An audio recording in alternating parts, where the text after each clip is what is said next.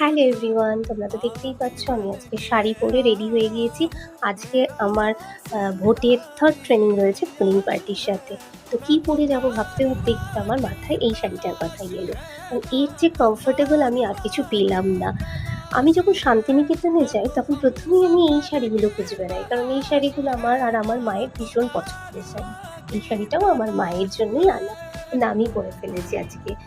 তো এই শাড়িগুলো যেমন কমফোর্টেবল, পরে যেমন কমফোর্টেবল, আর যে দেখে তাদেরও চোখে কমফোর্টেবল, মানে ভীষণ আরামদায়ক।